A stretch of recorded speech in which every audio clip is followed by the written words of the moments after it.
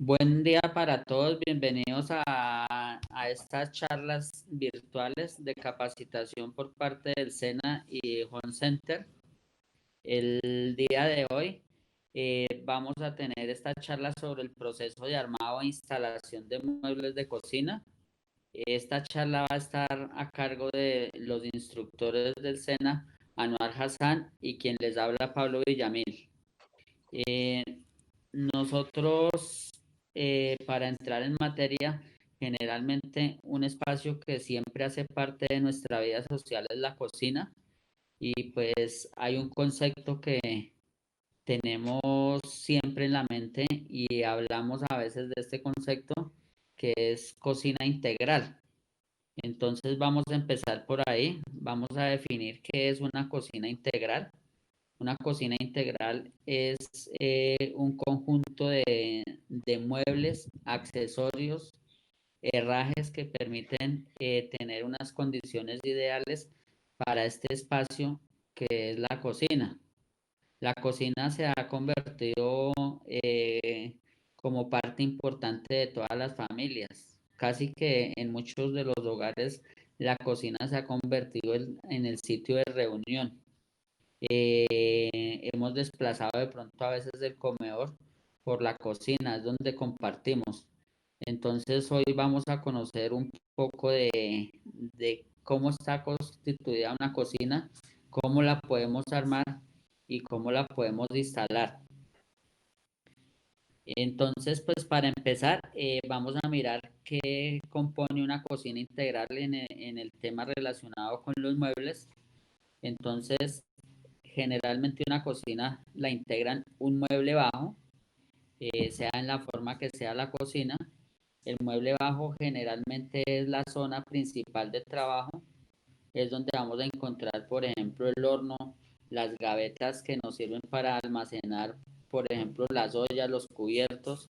Vamos a encontrar el lavaplatos, vamos a encontrar la estufa y vamos a encontrar el mesón de trabajo donde podemos hacer uso de los electrodomésticos pequeños que tenemos. Eh, Como segundo, tenemos el mueble alto, también conocido como el mueble gabinete. En este mueble gabinete nosotros encontramos que son cajones que están compuestos por módulos. Generalmente lo que se busca es que el mueble de abajo tenga simetría con el mueble de arriba. Quiere decir de que si yo tengo colocado la estufa aquí, la campana tiene que estar en la misma dirección. Generalmente estos muebles que están en la parte superior, tenemos que tener en cuenta la parte antropométrica y la parte ergonómica para poder hacer su instalación. El otro mueble que tenemos nosotros que lo componen en una cocina es los muebles de columna. De estos muebles de columna pues encontramos torres de horno que llamamos torres de horno, que son muebles para colocar los hornos. Encontramos también muebles a la cena y pues generalmente estos muebles tienen como característica que deben tener la medida inicial del mueble, o sea, desde el piso hasta la altura. No puede quedar ni más abajo ni más arriba porque nos quedaría mal. Entonces, generalmente estos son los tres tipos de muebles que componen una cocina integral. Cuando vamos a hacer una cocina integral, ahí es necesario tener en cuenta el diseño. Entonces, pues acá les voy a señalar el diseño según el espacio que tengamos. Entonces, la primera opción que tenemos son las cocinas tipo lineal, que es donde la cocina va anclada a una pared y no tenemos ningún otro mueble en el resto de la cocina. En este caso, estas cocinas son indicadas para cuando tenemos una cocina que es angosta, entonces pues se nos adapta fácilmente a este tipo de cocina. El otro tipo de cocina es la cocina en paralelo, que son donde tenemos la posibilidad de colocar mueble en cada extremo de la pared y pues vamos a tener doble zona de trabajo. Si ustedes se dan cuenta, en la cocina lineal tenemos el lavaplatos, tenemos la zona de trabajo, el refrigerador, lo tenemos todo sobre un solo mueble. Cuando tenemos un poquito más de espacio, podemos tener, por ejemplo, la estufa en este sector, podemos tener el lavaplatos en este sector y el refrigerador aquí en este sector. Eso ya depende de cada espacio, de cada sitio donde se vaya a instalar el mueble. La otra forma usual que tenemos es la cocina en L, cocina tipo L, y es cuando tenemos una pared que forma 90 grados. Entonces tenemos un mueble lateral y tenemos otro mueble que es el que forma los 90 grados. Y en esa distribución, pues podemos colocar estos tres puntos de referencia. Siempre vamos a hablar de tres puntos de referencia porque son eh, la zona de trabajo que se tiene contemplada para el diseño de una cocina, lo que es la estufa, el lavaplatos y el refrigerador. El otro tipo de cocina que sabemos encontrar es la cocina tipo U. Entonces, pues ya tenemos dos paredes laterales y una pared de fondo y podemos hacer la distribución de los tres puntos de referencia o zona de trabajo. Lo podemos tener distribuido de acuerdo al diseño que tengamos. Esto es bien importante tenerlo en cuenta porque cuando se hace el diseño, la distribución se tiene que optimizar. Se tiene que optimizar, por ejemplo, sobre todo las partes esquineras. Ya ahorita el instructor Anuar nos va a ampliar un poco más sobre estas esquinas que a veces se vuelven un inconveniente a la hora de hacer la instalación. La otra clasificación de tipo de mueble que encontramos es tipo G, que es donde tenemos una cocina con tres paredes formando una C, pero también tenemos muebles que van encerrando la cocina. Generalmente esto se utiliza con mesones que van anclados y van integrados a toda la cocina. Lo mismo que les hablaba ahorita, lo importante es tener en cuenta los tres puntos de referencia, el lavaplatos, la estufa y la zona de refrigeración. Cuando hablamos de cocina también hemos escuchado, de pronto muchos de ustedes han escuchado las cocinas tipo isla.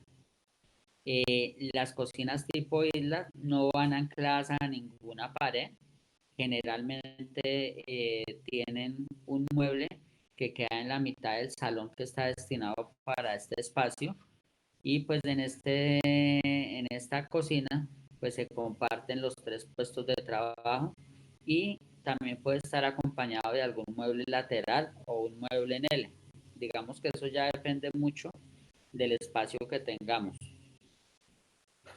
Tenemos el otro tipo de cocina que es el mueble tipo península. Es muy similar al anterior, pero tiene una diferencia y con esto pues quiero que tengamos clara esa diferencia.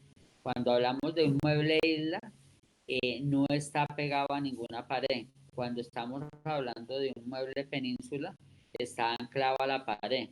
Esto es importante tenerlo como referencia porque cuando vamos a comprar de pronto la campana también vienen diseñadas para eh, mueble isla y para mueble península. Y mismo tener en cuenta los puntos de referencia de refrigeración, estufa y lavaplatos. En los anteriores diapositivas que nos dimos cuenta del diseño, es importante y esto pues digamos que los arquitectos y los ingenieros, con todo el respeto que ellos merecen, hay veces nos preocupamos por la parte estética de la cocina, pero olvidamos la parte ergonómica y antropométrica Entonces, en esta diapositiva quiero que tengan en cuenta de que siempre los puntos de referencia que hablábamos ahorita tienen que tener una condición especial para que sea óptimamente utilizable. Quiere decir de que la suma de este triángulo que estoy formando de la zona de trabajo debe ser mayor a 8 metros. O sea, como mínimo debo tener 8 metros en la suma de los lados de este triángulo que trazo imaginariamente. Desde el centro de la estufa, desde el centro del refrigerador, desde el centro de lavaplatos. Lo mismo en este otro diseño. Si ustedes se dan cuenta, aquí tenemos un triángulo un poco diferente y digamos que cada diseño pues se forma diferente.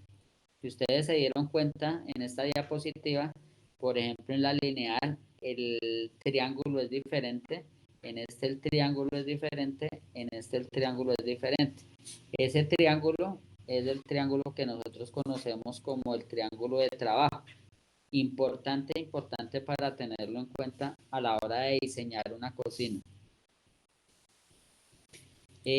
Antes de continuar, a veces cuando estamos diseñando se comete el error que dejamos todo amontonado, dejamos el lavaplatos, dejamos la estufa y dejamos el refrigerador pegados y luego dejamos una zona de trabajo mayor. Entonces es importante que nunca vayamos a dejar amontonado estos tres puntos porque se recomienda de que la estufa quede separada un poco de la plata. Vamos a hablar ahora de los herrajes y los accesorios para cocina. En el trabajo de la carpintería, pues es básico entender estos conceptos y tener en cuenta que hay una gran gama de herrajes y hay una gran gama de accesorios. Los hay de todos los precios, de todos los tamaños, de todas las formas.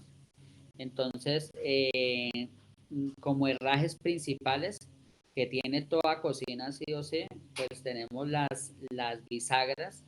Las bisagras son las que nos ayudan a hacer soporte con las puertas y de estas bisagras pues tenemos varios tipos de bisagra dependiendo la necesidad del mueble. Entonces tenemos bisagras, generalmente las llamamos bisagra de codo cero o bisagras de parche. Estas bisagras se utilizan para los muebles que están, para las puertas que están en las esquinas, que necesitan de pronto cubrir todo el grosor del tablero que estamos utilizando.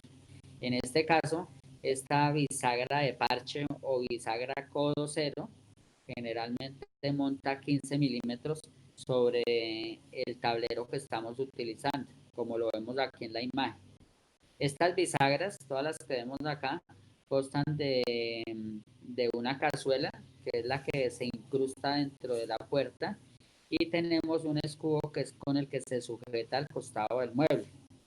En el caso de las puertas codo 9 o codo central, que también las conocemos como semiparche, ellas montan más o menos 7 milímetros sobre la división y pues se conocen como centrales porque es cuando tenemos ancladas dos puertas a una sola división. Anteriormente, cuando existían solamente las de parche, era necesario colocar una doble división o un rengruese para ampliar este tamaño. Y tenemos las bisagras que son internas, que no necesitan montar, van por el lado de la división o costado y estas sí se pueden utilizar bien sea al inicio de la cocina o en la parte central, porque ya no nos afecta la unión con las otras puertas. De este mismo tipo de herrajes, generalmente existen otras bisagras.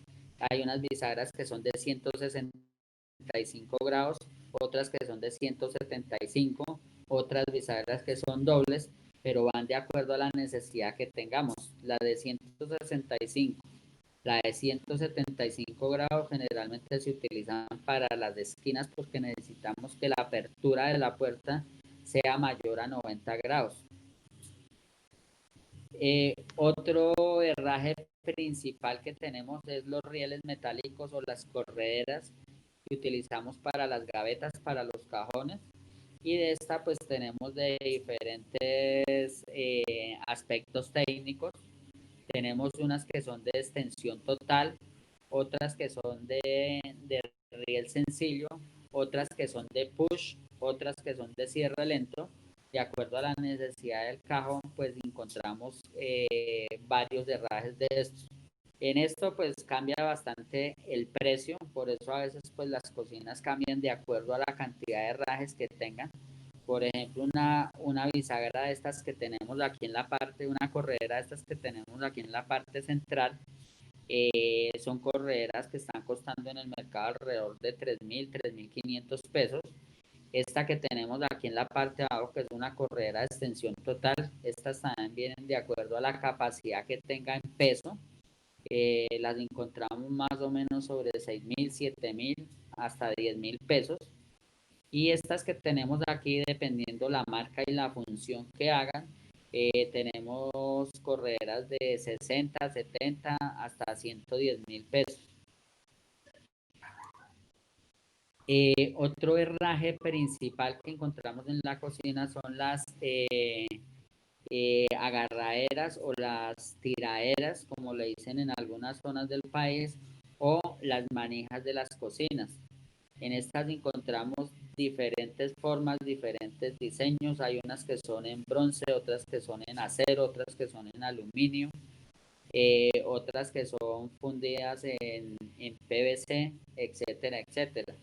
Es importante que generalmente a la hora de diseñar tengamos en cuenta qué tipo de agarradera tenemos que colocar ahí, porque lo que se suele cometer como errores que a veces colocamos unas tiraderas o unas manijas que no concuerdan con el diseño. También encontramos otros herrajes que son un poco más modernos. Encontramos los perfiles en aluminio que sirven como agarradera. Estos sirven para las terminales de las puertas y como lo vemos aquí en la imagen, muchos de ellos tienen una pestaña que se incrusta dentro del tablero para formar la puerta. Este nos ahorra, digamos, las manijas y nos quedan embebidas pues para no tener elementos que nos afecten o que nos interrumpan al frente de la cocina. Tenemos también los brazos. Estos son para las puertas que creo que todos hemos visto cocinas que ahora hay que las puertas abren hacia arriba. Para que puedan funcionar esa puerta se necesita un brazo para que la sostenga en el aire y yo pueda trabajar en la cocina sin necesidad de estar sosteniendo la puerta. Tenemos también las alacenas. Esta es una alacena para un mueble de columna. Estas alacenas generalmente están compuestas por canastillas y por un elemento que hace que se desplace. Esta, por ejemplo, es de apertura. Hay otras que son de alar, tienen una corredera. De estas alacenas también pues encontramos de mueble bajo. Son alacenas un poco más pequeñas. En este caso la que estamos viendo en la imagen es una corredera, una alacena con corredera de extensión. Tenemos también los accesorios para los cajones. En accesorios para los cajones tenemos unas divisiones que son en pasta, son en aluminio o son en acero. Generalmente tienen diferentes cajoncitos. Entonces lo que uno hace es que coloca el cajón y dentro del cajón instala este herraje. Tenemos también las soluciones para las esquinas, lo que yo les decía ahorita en los diseños. Esas esquinas a veces se nos vuelven incómodas porque no tenemos cómo colocar suficientes cosas, entonces hay algunos herrajes que nos ayudan a solucionar este problema, unos que lo llaman esquinas mágicas, otros que lo llaman el trompo. También tenemos la posibilidad de hacer cajones en forma de esquina como lo tenemos aquí en la otra imagen, y para esto pues encontramos gran variedad de herrajes. Otro elemento principal que debe estar en toda cocina es donde vamos a almacenar los desperdicios. Entonces encontramos herrajes para colocar la basura. De estos pues también hay gran variedad, hay unos que son en plástico, otros que son en acero, hay unos que son de extraer, otros que se colocan al respaldo de la puerta y cuando se abre la puerta se utiliza la caneca. Y también tenemos, por ejemplo, los plateros. Los plateros, pues hay en acero, hay en alambre forrado, hay en pasta, hay gran variedad también de este tipo de herrajes. Entonces, si nos damos cuenta, una cocina integra toda esta cantidad de herrajes. Eh, También tenemos como accesorios algunos electrodomésticos y gasodomésticos que encontramos en las cocinas. Tenemos las campanas. Campanas tenemos de, de península, como es esta que tenemos en la imagen. Tenemos campanas de isla y campanas de incrustar. Generalmente las campanas vienen estandarizadas en medida. Hay campanas de 60 centímetros, hay campanas de 90 centímetros, hay campanas de 1,10 y de 1,20. Generalmente cuando necesitamos hacer ya una campana especial, toca pedirla al fabricante o en otro caso pues mandarla a hacer. Tenemos también los hornos, tenemos el horno pues que conocemos todo que es un horno tostador. Este, por ejemplo, es un horno que funciona con electricidad y gas, y aquí viene que nosotros tenemos que tener ciertos conocimientos de estas instalaciones eléctricas y de gas para cuando se vaya a hacer la instalación de este electrodoméstico se haga de forma adecuada. Encontramos también el horno microondas. Hay algo otros hornos como el horno calentador de comida, que es otro tipo de horno diferente al microondas. Es un horno que generalmente eh, trata de permanecer siempre la comida caliente. Tenemos las estufas. Generalmente cuando vamos a hacer una cocina integral, las estufas son de empotrar y de esta encontramos gran variedad y gran cantidad de marcas. Encontramos unas que son mixtas eléctrica y a gas. Encontramos de estas que son con superficie en vidrio, con superficie en acero. Hay unas que cambian también el diseño. Encontramos también los lavaplatos eléctricos, que son de gran variedad también dependiendo la marca. Para esto se necesita tener una instalación hidráulica para la salida y entrada del agua. Tenemos los lavaplatos, de estos también pues encontramos algunos que son de doble poceta, otros de poceta más pequeña.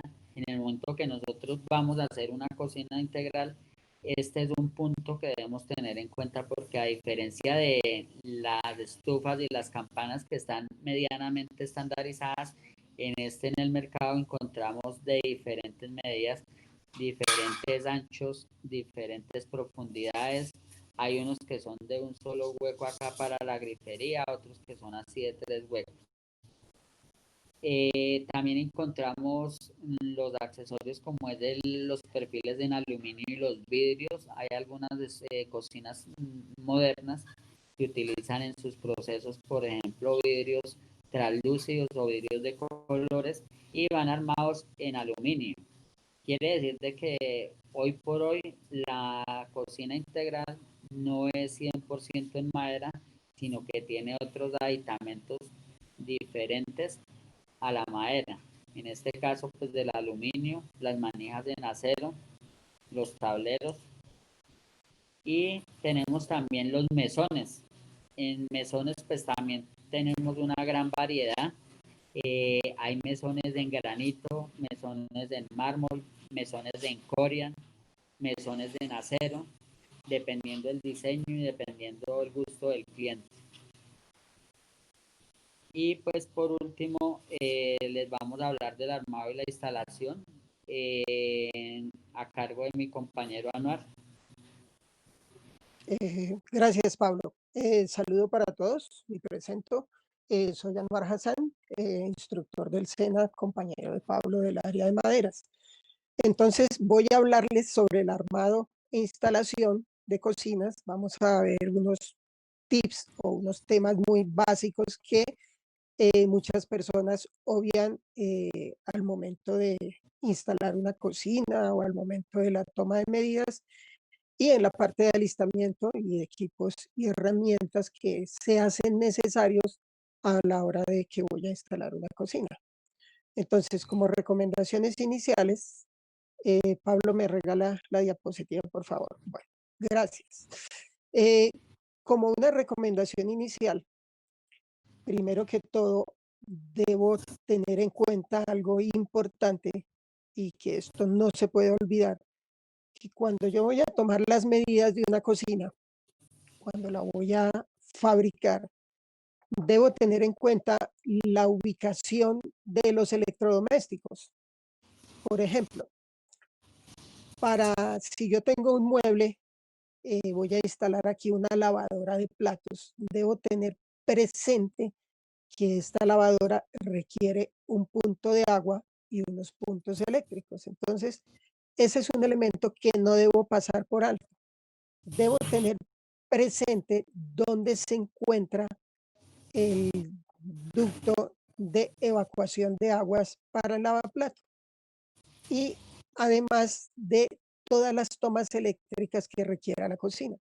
Porque al momento de instalar la cocina, pues yo debo haber contemplado cuántos electrodomésticos voy a colocar ahí y qué es lo que debo hacer. Por ejemplo, si yo voy a instalar la toma de agua, o sea, y previamente no lo tuve contemplado, se me puede estrellar contra uno de los parales y es un problema que al momento de que estoy en la obra, pues debo solucionarlo de alguna manera y lo ideal es que eso no se presente. Entonces, ese es un tema importante que debo tener muy presente y debo ser cuidadoso en eso, porque me va a presentar inconvenientes a la hora de que yo esté instalando los elementos. Pasamos a la siguiente diapositiva, Pablo. Bueno, otros elementos importantes cuando voy a instalar una cocina es que yo no debo olvidar las herramientas que necesito, porque eso es muy engorroso que yo esté en el sitio de trabajo y se me haya olvidado un martillo, que no tenga un taladro, que no tenga el nivel. Son cosas que son muy importantes. Además, la importancia también radica en los tornillos, sobre todo, y los cerrajes que voy a instalar. Por ejemplo, si tengo que hacer eh, atornillar el mueble o atornillar los herrajes, debo tener presente que mi atornillador o el taladro tenga la punta adecuada para hacer este ejercicio. Porque los herrajes, o sea, si daño el tornillo de un herraje va a ser un problema después si necesito desmontarlo previamente. También debo tener mis elementos como la escuadra y el nivel, que son muy importantes a la hora de tomar medidas. Porque si, por ejemplo, hay un desperfecto en la pared, hay un desplome, yo debo corregirlo antes de empezar a fabricar la cocina o lo debo contemplar dentro del mueble que voy a hacer. Si tiene algún descuadre, pues eso tengo yo que compensarlo de alguna manera a la hora de que voy a colocar el mueble. Entonces, por eso, todos estos temas de herrajes, de accesorios, de equipos y herramientas que necesite, no los debo pasar nunca por alto porque es un factor clave a la hora de que voy a instalar mi cocina. Bueno, ahora, dentro del armado de muebles, tenemos, digamos, unos muebles básicos. Un mueble básico es un mueble muy sencillo que solamente es el cajón con sus 4 o 6 elementos. O sea, tengo unos laterales, tengo un piso, tengo una parte superior y dependiendo del mueble, si es alto o es bajo, pues van a tener un fondo. Entonces, vamos a hablar un poquito aquí de un sistema que se llama el sistema 32, o es el mueble que ya viene armado en una cajita y yo lo desempaco y empiezo a armarlo por pasos. Entonces, estos pasos son muy importantes. Lo primero que yo tengo que hacer cuando compro un mueble en un almacén de cadena, el primer paso que nunca hace la mayoría de personas es leer las instrucciones. Entonces debo tener una lectura de las instrucciones o el plano que me indica el mueble. Entonces lo primero que debo hacer es seleccionar las piezas del mueble, cuántas son y cuáles son de cada módulo. Debo ir instalando por partes según me dice el manual. En este caso, por ejemplo, si vamos a instalar tarugos, si el mueble viene con tarugo, pues debo tener a la mano el pegante adecuado para eso, que va a ser un pegante, pues base de agua, por ejemplo, o PVA, como se menciona en este caso. El tarugo debe estar impregnado de pegante porque de alguna manera debe adherirse al mueble. Como segundo paso, puedo hablar también de si es posible que el mueble tenga tornillos, entonces debo atornillar los pernos que se requieren para ese ejercicio. Como tercer paso, aquí me indican, me están hablando de un sistema que lleva un tambor y un perno, como está en la figura número 2, que se llama un sistema minifix. Este sistema está diseñado para armar los muebles de manera rápida y yo no tenga que utilizar tantas herramientas. En el cuarto punto me indican que cómo debo instalarlo, debo armar el mueble. Entonces aquí tengo una pieza D, tengo pieza A, pieza C y pieza B. Todo esto lo debo tener en cuenta para poderlo armar en conjunto. Debo localizar exactamente los puntos de anclaje, dónde va a ir cada tornillo, dónde va cada pieza, para no tener equivocaciones y tener que hacer yo después un reproceso de desbaratar el mueble y volver a tener que iniciar nuevamente. Aquí nos indican que lo primero que aquí esta parte es que se debe unir la base a un lateral, se aplica el pegante donde tenga que usarlo y debo colocar los tarugos en los puntos que me indica el plan. Bueno, como paso número 6 dice, cierre el conjunto con con el lateral y atornille. Entonces, este sistema viene diseñado para que yo simplemente con un atornillador, pues al girar la pieza, al girar el elemento, me ajuste el mueble. Entonces, de esta manera puedo unir todas las piezas del mueble. Aquí me indican la parte de cómo debo unir las piezas frontales. Eso generalmente se puede hacer de muchas maneras. Puedo hacerlo con tornillo, puedo hacerlo con el minifix, pero también aquí me indican que hay otra forma que es una platina en L. Entonces, en la figura E, o sea, la figura número 7, la pieza E, me están indicando cómo debo colocarla. Entonces, ella viene la pieza, es una L, generalmente es metálica, de algún material que no sea corrosivo, que venga cincado para evitar oxidaciones, que esto pasa en las cocinas por la humedad. Entonces tiene sus dos tornillos, tengo mi platina y lo que hago es unirla a esta pieza.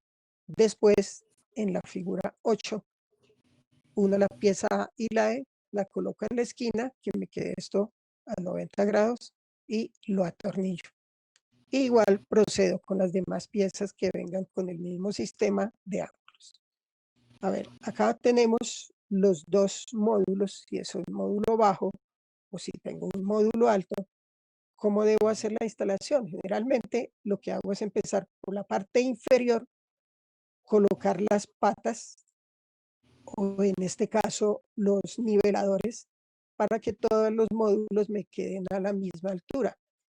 Entonces, primero empiezo con las patas, segundo empiezo con los frentes y tercero voy a terminar acá uniendo estas partes inferiores, las que tienen los puntos azules, que son los zócalos. Pues el zócalo lo que hace es separar el mueble un poco del piso y también tapar y ocultar todo el herraje que va abajo, que son los niveladores. Entonces, esto lo coloco a lo último. Cuando tengo todos los muebles nivelados y a la misma altura, le coloco sus respectivos zócalos. Estos zócalos, acá voy a anotar acá, tienen una altura más o menos entre 8 y 10 centímetros. Es importante, aquí hay un punto de ergonomía y de antropometría, que es que el zócalo, el frontal, va metido hacia adentro, debajo del mueble, más o menos unos 10 centímetros. Esto con el fin de que cuando yo me acerco al mueble, pues tenga donde meter los pies y quede más hacia el fondo. Esto solamente, aquí estamos hablando del zócalo. Hay algunos muebles que no necesitan el zócalo. Ya lo voy a explicar un poquito más adelante, ese otro tema. Si es un mueble alto, pues el procedimiento es el mismo. Es de la misma manera armo el mueble, a diferencia que este mueble superior no va a tener zócalo. Pasamos, Pablo. Bueno. ¿Cómo es el tema acá de la instalación? Entonces, primero que todo, si el piso y la pared no están nivelados, pues yo debo encontrar ese punto de nivel que siempre va a ser el punto más alto. Entonces voy a tomar el punto más alto, lo marco, tomo mi medida del plomo y ahí marco dónde voy a instalar ese mueble. Entonces marco desde aquí una línea máxima a la altura del gabinete bajo, que es de 890 milímetros, es la altura que va del piso hasta la parte superior donde va, digamos, colocado el granito, el porcelanato, lo que lleve ahí para cubrir el mueble en la parte superior. Bueno, entonces, después que yo he organizado eso, he tomado las medidas, entonces voy a hacer la instalación. Lo más recomendable en el momento de hacer la instalación es instalar primero el mueble superior, el gabinete alto. ¿Por qué instalo el gabinete alto? Precisamente para evitar tener problemas de seguridad. Por ejemplo, voy a trabajar más fácil si no tengo el mueble inferior, entonces me va a dar más movilidad, me va a dar espacio para instalar ese gabinete encima. El gabinete inferior pues tiene una particularidad que puede ir, como indicamos anteriormente, con un zócalo, como está aquí en la figura 4, o puede ir sobre un murito que va en el piso, que se llama el pollo, es donde coloco el gabinete. Esto se hace con el fin de que al momento de si tengo que lavar el piso o va a circular agua por ahí, a ver algún derrame, no haga contacto con el mueble, porque es sabido que este tipo de materiales que se usan en los muebles, este tipo de aglomerados, a pesar de que se llaman RHs, que son resistentes a la humedad, esto no me garantiza pues que el mueble va a soportar humedades grandes. Entonces es por eso que va sobre un elemento que se llama el pollo. Entonces, lo que vamos a hacer en este punto es que voy a instalar mi mueble, empiezo a armar los gabinetes, después que los tengo, en el paso 5, los debo unirlos. Ellos deben estar fijos unos contra otros con un elemento como el que vemos en la figura, que es diseñado especialmente para eso, para unir gabinetes. Después de que tengo unidos pues los gabinetes, sigo el paso de, ¿cómo se dice? De colocar los accesorios que van internos ahí. Debo tener en cuenta que todos estos elementos, como lo dije anteriormente, deben tener algún punto hidráulico en el mueble de abajo o algún punto eléctrico, y todo eso debe haberse contemplado con anterioridad. Entonces, ahora vamos con el mueble superior, el mueble alto. El mueble alto tiene una particularidad, y esto no se me puede olvidar, es el tema de la seguridad. Un mueble alto se instala con unos elementos que se llaman las cuchillas, o hay algunos herrajes. Generalmente, anteriormente no existían, digamos, herrajes para esto, y lo que se hacía era una tablilla de madera cortada a 45 grados, una que iba al mueble y otra que va a la pared, para poder colgar el mueble, porque estos muebles van colgados. Entonces, lo primero que debo hacer es marcar en la pared dónde va a ir esa cuchilla o el herraje que se requiera. Debo tener presente el nivel, porque todos los muebles deben ir a la misma altura. Entonces, lo primero que hago es marco, coloco los chazos. Como tercero, utilizo el soporte de gabinete, como el que indicamos aquí en la figura. Como paso 4, cuelgo el gabinete. Después de que tengo colgado el gabinete, debo tener a la mano siempre el nivel. Debo nivelar la parte superior como la parte frontal también, o la parte lateral. Eso debe tener nivel horizontal como vertical. Pasamos a la siguiente, Pablo. Bueno, aquí en la figura 5 me indican cómo debo anclar el tornillo al mueble, o sea, el herraje. Él tiene un sistema que es con un atornillador. Yo colgo el mueble, lo giro y él queda presionado contra el herraje que va hacia la pared. Sí, escuchó bien. Por solo 35, medio litro de helado, chocolate, brownie y muchos sabores más. Como paso 6, continuamos el montaje, unimos el siguiente, colgamos el siguiente gabinete a la pared, le colocamos nuestros pernos que lo van a unir uno contra el otro, y seguimos tomando los niveles. Siempre debemos conservar el nivel para que todos los gabinetes queden perfectamente alineados. Esto no se nos debe olvidar, porque es una parte muy importante de la estética del mueble. Entonces, se vería muy feo colocar los gabinetes y que unos estén más altos que otros. Entonces, esta parte es muy importante. Entonces, voy a hacer aquí, recalcar un poco el tema de la seguridad. Es mejor pecar por exceso y no por defecto cuando instalo el mueble superior. Un mueble inferior pues no tiene tanto lío.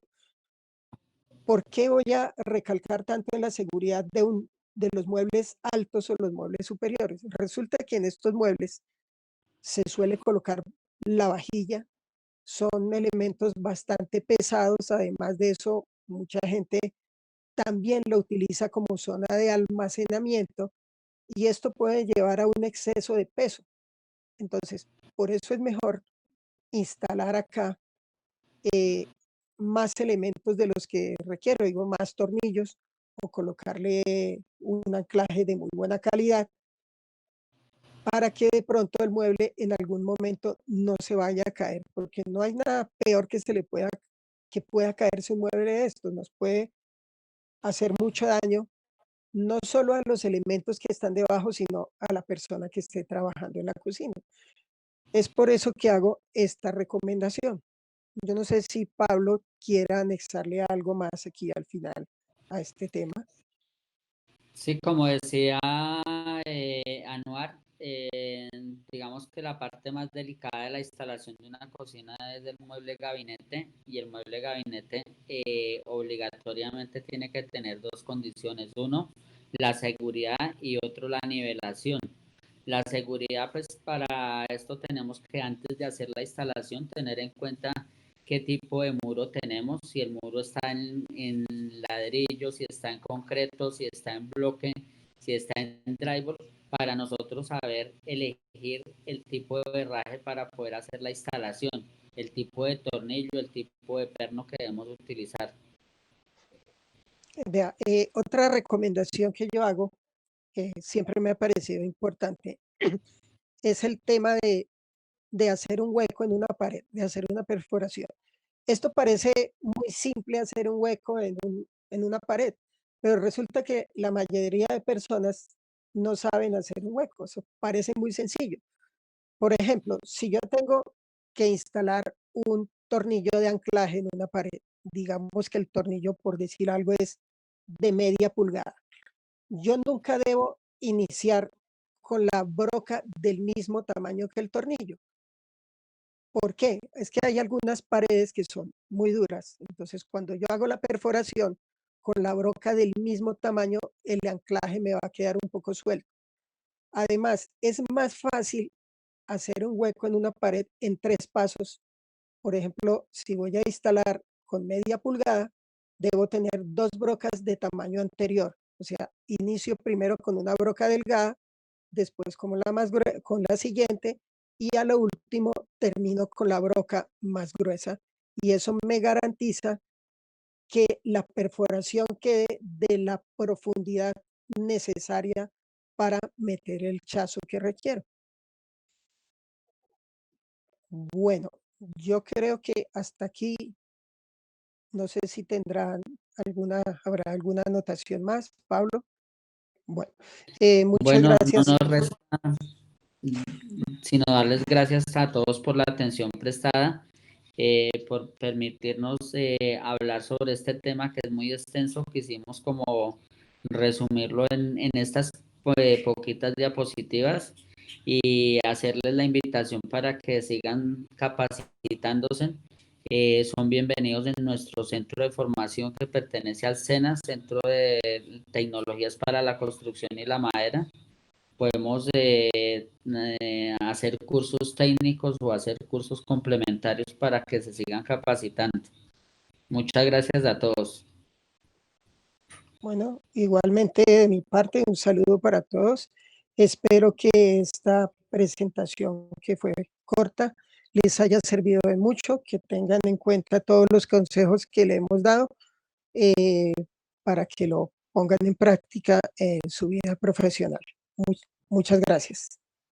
Muchas gracias.